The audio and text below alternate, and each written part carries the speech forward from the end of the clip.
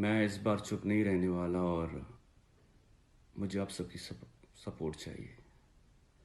میں اپنے بچوں عمل ابرام کو بہت پیار کرتا ہوں۔ میں نے ان کو عرصہ دراز سے نہیں دیکھا، میں نے اپنے ہاتھوں سے ان کو پالا،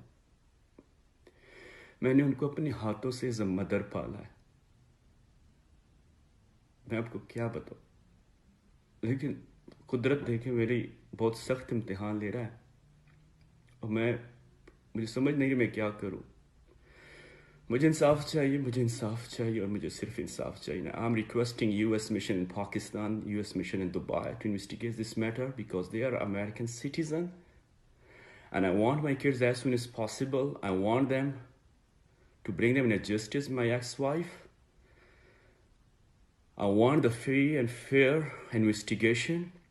She threatened me, she threatened my family.